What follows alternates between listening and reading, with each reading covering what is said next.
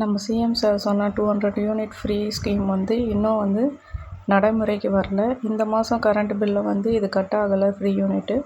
Next மாதம் வர current பில்லை வந்து இது கட் ஆகிடும்.